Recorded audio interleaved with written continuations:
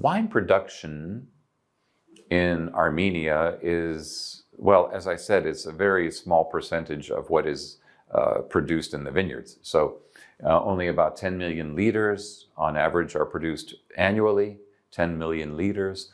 And this is about, say, 10%, 10 to 15% maximum of the grapes that are used, the grapes that are grown in the vineyards, because so much is produced for brandy. Okay. Now, 21% of that 10 million liters is exported to about 35 countries around the world. Now, as of recent times, Russia was the main export country. I don't know if that's the case now, as of April 2022. It's very difficult to say what the future will be in terms of Russia being the main export country for Armenian wine. Now, since the Soviet Union broke apart, I bring that up again in 1991, because that is when a big transformation happened in Armenia. So you had a lot of the people, a lot of the Armenians, the diaspora people, the Armenian people living abroad, came back to Armenia to establish wineries. And now not a big amount, not a huge amount, just some, but they established very, very nice wineries, very good vineyards. They had outside consultants come in from Italy, from all over. So you had Michel Rolland, you had Alberto Antonini, you had Paul Hobbs. I mean, many good consultants came to help the wineries establish themselves in quality, okay, quality vineyards, quality wine production, to be in tune with what's going on today, okay? Now, this is very important because Armenia, the average wine consumption in Armenia, this is a land where only 3 liters per person is drunk. Wine, the average is 3 liters per person that a person drinks. Okay, so now some of the top producers in Armenia are, for example, Zora, that's in Vayod-Zor, Van Ardi, Trinity Canyon, Maran, Voskevats, very interesting winery, Voskini, Armas, Armenian Wine Company. It goes on and on. Now, what's very interesting to point out is that now Georgia, okay, the country of Georgia, neighboring Georgia, has made an incredible international presence, made, again, because of its Qvevri wine, okay, wine that is produced or matured and aged in Qvevri. These are the clay vessels that are buried in the ground and covered, the ancient tradition going back thousands of years. Okay, the term in Georgia is Qvevri. Now that's in eastern Georgia, by the way, but in western Georgia there's another term, churi.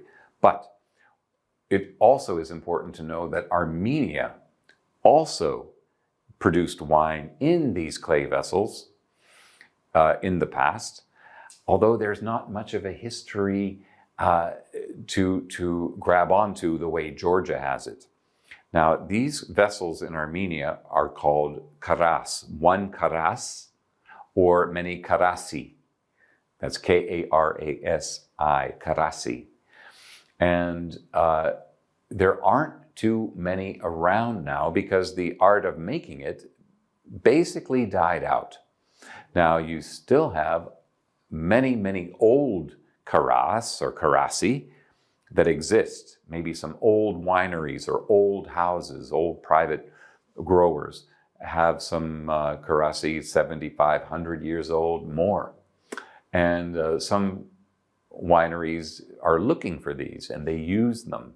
They've restored them, had the karasi restored and then produce wines using them. So now a producer like Zora, for example, in Vayod-Zor has some old vessels, some new ones that are above ground or say partially in the ground. Of course, there are many producers that would have them in the ground, especially in Georgia, you see where they're actually in the ground and covered for several months. Okay, some producers, like in Armenia, you'll see them above ground. But the tradition of using these clay vessels is not as prominent as it is in Georgia.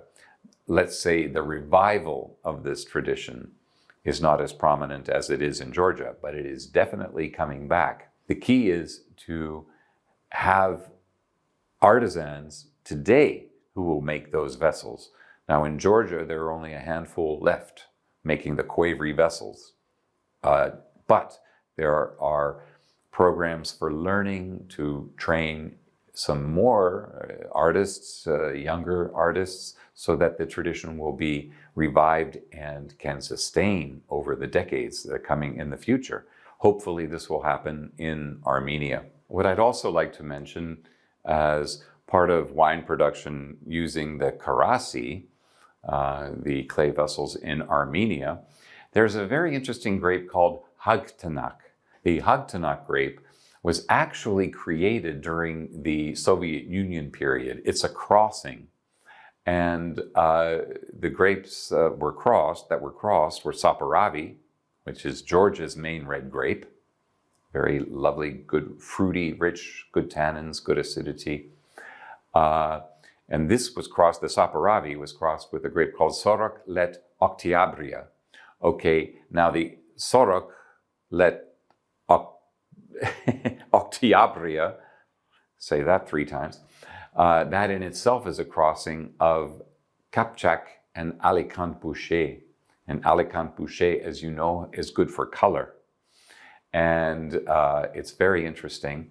So when you have the crossing of the Saperavi and the Soroc let Octiabria, you have a very, very nice, fruit-forward, very good with acidity, moderate acidity, but very fresh, very clean, and very nice length in the fruit, and very, very approachable. Now, this crossing, of course, was good for making more volume, I mean, more grapes, but with good care, yield control, it makes a very, very fascinating wine, very good drinkable wine, very excellent food wine. So this is very nice to try. Another red grape to try that I also like is Kindogni. That's Kindogni, or another word is Sereni. It's the same grape. And this has a lot of black fruit. It's good dark black fruit flavors and very good tannin. So it's another good food wine, very, very good with all kinds of meat dishes. And I would say that the red grapes are really, really very appealing. But I will then come back to Areni Noir and say, this is the one for elegance, for definition. Think Pinot Noir, again, as I said before, but with a little more distinction and very good minerality, by the way, in the Areni Noir. Very, very good minerality that comes through in this elegant structure of the grape.